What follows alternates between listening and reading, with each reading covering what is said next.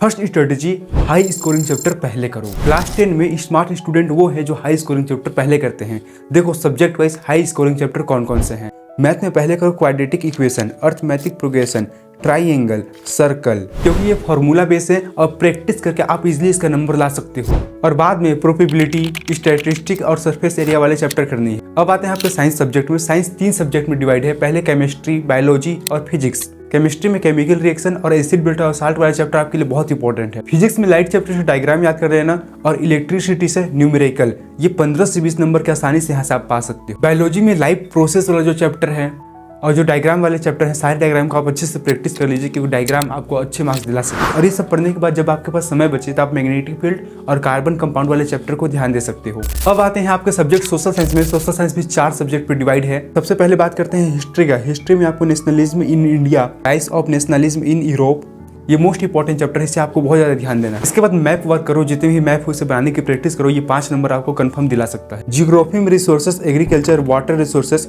ये high scoring chapter हैं। और इसमें भी जितने मैप वाले क्वेश्चन है वो सारे मैप वाले क्वेश्चन को आपको अलग से कॉपी में लिख के उसकी प्रैक्टिस कर लेनी है। सिविक्स में कॉन्सेप्चुअल बेस्ड जो चैप्टर है वो है डेमोक्रेसी और पॉलिटिक्स पार्टी। ये दोनों चैप्टर कॉन्सेप्ट वाले हैं, बहुत इजी है, पढ़ने से समझ आ जाएगा, आप इसे पढ़ के याद कर सकते हो। इकोनॉमिक्स में इंपॉर्टेंट चैप्टर है डेवलपमेंट, मनी एंड क्रेडिट। ये सारे चैप्टर अब तक मैंने जो आपको बताया ये सारे बहुत इंपॉर्टेंट चैप्टर हैं। अब आते हैं एक ऐसे सब्जेक्ट जिसे लोग इग्नोर कर देते हैं और वो सब्जेक्ट है इंग्लिश। इंग्लिश में आपको writing section, letter, article, speech, formula याद कर लेना है क्योंकि ये 15 मार्क्स के होते हैं। ग्रामर सेक्शन 16 मार्क्स के होते हैं और इसमें आते हैं टेंस, वॉइस, रिपोर्ट, स्पीच। तीसरा पोर्शन है लिटरेचर। हर चैप्टर की समरी 4-5 लाइन में लिख लो और उसे अच्छे से पढ़ लो, या आपको 25 मार्क्स इजीली दिला सकता है। और जो सबसे इंपॉर्टेंट ये है कि आपको न्यूज़पेपर अभी से पढ़ने की आदत डाल देनी है क्योंकि न्यूज़पेपर के जो पोर्शन है कभी कभी एग्जाम में इंग्लिश में अक्सर पूछे जाते हैं। आपको ध्यान देते रहना है न्यूज़पेपर में कौन कौन से आर्टिकल पब्लिश हो रहे हैं जो इंपॉर्टेंट है एग्जाम की दृष्टि से। अब हम उस चैप्टर की ओर आ गए हैं जिसे लोग ईजी समझते हैं और छोड़ देते हैं, और इसी वजह से उस ईजी सब्जेक्ट में उनका नंबर कम हो जाता है, और वो सब्जेक्ट है हिंदी। हिंदी में आपको व्याकरण, रस, अलंकार और समास अच्छे से पढ़ लेना है क्योंकि ये आपको 15 मार्क्स दिला सकता है। नंबर 2 है लेखन, पत्र लेखन, निबंध लेखन। नंबर 3 साहित्य, काव्य और गद्य। ये सारे इंपॉर्टेंट टॉपिक है क्योंकि मैं सब्जेक्ट के सिर्फ इंपॉर्टेंट चैप्टर और इंपॉर्टेंट टॉपिक को ही आपको बता रहा हूँ। अब हम आगे हैं अपने स्ट्रेटेजी नंबर 2 में। क्लास 10 के लिए परफेक्ट टाइम टेबल। मॉर्निंग का जो टाइम है 6 बजे से 12 बजे तक, इसमें आपको 6 बजे से 8 बजे तक मैथ की पढ़ाई करनी है 2 घंटे। इसके बाद 8 बजे से 8:15 तक आपको ब्रेक लेनी है, ब्रेकफास्ट करनी है। अब 8:15 से 10:15 तक साइंस का 2 घंटे आपको लगातार पढ़नी है। इसमें बीच में आपको 10 मिनट का रेस्ट ले सकते हो। अब इसके बाद 10:30 बजे से 12:30 बजे तक 2 घंटे आपको सोशल साइंस की स्टडी करनी है, नोट बनानी है और मैप को प्रैक्टिस करनी है। अब आपको 12:30 बजे से 2 बजे तक एक ब्रेक लेनी है जिसमें आप लंच कर सकते हो, इधर उधर टहल सकते हो या फिर रेस्ट कर सकते हो। आफ्टरनून में 2 बजे से 4 बजे तक आपको इंग्लिश और हिंदी की पढ़ाई करनी है। इसमें आपको ग्रामर, जो राइटिंग प्रैक्टिस है, ये सब कर लेनी है। 4 बजे से 4:15 तक आप रेस्ट ले सकते हो। आप इसमें छोटे मोटे कुछ खा सकते हो, स्नैक ले सकते हो। अब 4:15 से 6:15 तक 2 घंटे प्रीवियस डे का रिवीजन करना है। सभी सब्जेक्ट में क्विकली नोट बनाओ। अब आते हैं अपने इवनिंग में 7 बजे से 11 बजे तक।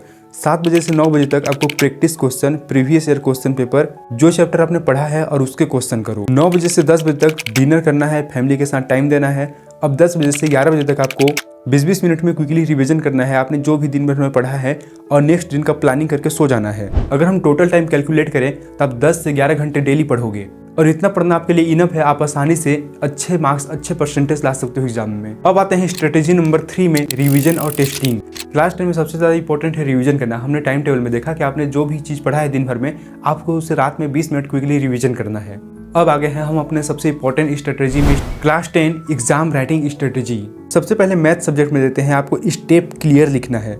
डायग्राम बनाओ तो रोलर पेंसिल से, नीट और क्लीन। किसी भी क्वेश्चन को सॉल्व कर रहे हो तो सबसे पहले फॉर्मूला को लिखो, इसके बाद उसे सॉल्व करो। सब्जेक्ट साइंस में डायग्राम कंपलसरी है। डायग्राम आपको नीट और क्लीन बनानी है, इसके लिए आपको अभी से प्रैक्टिस करनी है। साथ में लेबल करना है डायग्राम में, आपको लेबलिंग के साथ डायग्राम बनानी है। आंसर लिखते समय जो मेन पॉइंट आते हैं उसे ब्लैक पेन से नीचे अंडरलाइन करो। जो मेन हेडिंग है उसे हाईलाइट करो। हाईलाइट करना है उसे हाईलाइटर से हाईलाइट नहीं करना है, उसे कोने से उठा के सेंटर में रखो ताकि वो आसानी से दिख सके। अब आपको इक्वेशन बैलेंस करना लिखना है। इक्वेशन बैलेंस में बहुत सारे लोग ऐसे गलती करते हैं कि जो नीचे 2 लिखा है, जैसे CO2 नीचे लिखा है, 2 को बड़ा सा ऊपर बना देते हैं। तो जैसे लिखा है वैसे ही लिखना है, उसी फॉर्मेट में लिखना है, ये नहीं कि आप छोटा बड़ा लिख दो, ऐसे में गलत हो सकता है। अब आते हैं सोशल साइंस सब्जेक्ट में। इसमें आपको पॉइंट वाइज आंसर लिखना है, point A, point B, point C। Map को अच्छे से बनाना है, मैप में सही लोकेशन देना है। जो भी इंपॉर्टेंट लाइन है, इंपॉर्टेंट डेट है, उसे अंडरलाइन करना है। इंग्लिश में आपको फॉर्मेट फॉलो करो। आर्टिकल लेटर लिखने का जो फॉर्मेट है उसी फॉर्मेट में लिखना है। जब आप एप्लीकेशन लिख रहे हो तो उसे नए पेज से स्टार्ट करो, टॉप से स्टार्ट करो, ये नहीं कि बीच से स्टार्ट करना है। जब भी किसी क्वेश्चन का आंसर को लिख रहे हो सबसे पहले इंट्रोडक्शन लिखो, इसके बाद उसके बॉडी को लिखो जो मेन है, इसके बाद लास्ट में कंक्लूजन लिखो। अब आते हैं अपने हिंदी सब्जेक्ट में। हिंदी सब्जेक्ट के व्याकरण खंड में आपको फॉर्मेट फॉलो करनी है। जैसे अगर आपको लेटर लिखना है, आपको आवेदन पत्र लिखना है तो टॉप से स्टार्ट करो और लेखन खंड में टाइटल को अच्छे से लिखो, अंडरलाइन करो। और साहित्य लिख रहे हो तो जो उसका ऑथर है उनका नाम क्लियर लिखो। एक एग्जांपल देख लेते हैं। क्वेश्चन एक है, प्रकाश संश्लेषण की प्रक्रिया समझाइए। इसका आंसर ऐसे लिख सकते हैं, पौधे सूरज की रोशनी से खाना बनाते हैं। लेकिन ये हमारा वीक आंसर है। स्ट्रॉन्ग आंसर हम इस तरह से लिख सकते हैं। सबसे पहले परिभाषा लिखेंगे, प्रकाश संश्लेषण वह प्रक्रिया है जिसमें हरे पौधे सूर्य के प्रकाश की उपस्थिति में भोजन का निर्माण करते हैं। परिभाषा लिखने के बाद हम प्रक्रिया लिखेंगे, इसके बाद हम लोग उसके महत्व को बताएंगे। ऐसा सेम कॉन्सेप्ट प्रॉपर फॉर्मेट के साथ ज़्यादा मार्क्स दिलाते हैं, इसीलिए आपको इसी तरह के फॉर्मेट का यूज़ करना चाहिए। इसी तरह से आपको हर क्वेश्चन का आंसर लिखना है। अब आते हैं 5 ऐसे गलतियों के ऊपर जो क्लास 10 के स्टूडेंट एग्जाम से पहले करते हैं और जिससे आपको नहीं करनी है। नंबर 1, एनसीईआरटी को इग्नोर करना। नंबर 2, सैंपल पेपर सॉल्व नहीं करना। नंबर 3, डायग्राम को हल्के में लेना। नंबर 4, डायग्राम और फॉर्मूले का लिख के प्रैक्टिस ना करना। नंबर 5, एग्जाम से लास्ट 15 दिन में पैनिक हो जाना, पैनिक मोड ऑन कर देना। और पैनिक इसीलिए होता है कि हम सोचते हैं लास्ट टाइम में कोई नया चैप्टर पढ़ लें। आपको ऐसा बिल्कुल नहीं करना है। लास्ट टाइम में कोई भी नया चैप्टर नहीं पढ़ना है। तो स्टूडेंट, ये वीडियो आपको कैसा लगा? यूजफुल लगा तो कमेंट कर दो, साथ में चैनल को सब्सक्राइब कर दो, वीडियो को लाइक कर दो।